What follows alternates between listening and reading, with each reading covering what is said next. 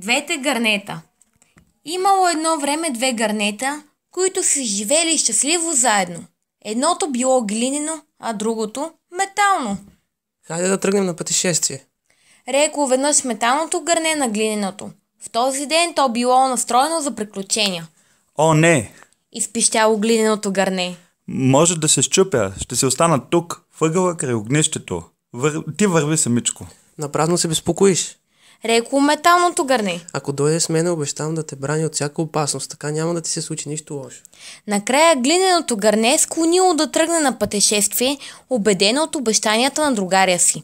На другата сутрин двете съдинки тръгнали на път. Както обещало, металното гърне вървяло току зад глиненото, за да го пази.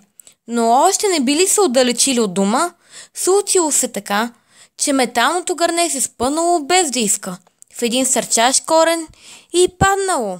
За свой голям ужас, то се блъснало глиненото гърне и го натрушило на парчета. Пулка. Понякога бедата идва оттам, откъдето най-малко я очакваш.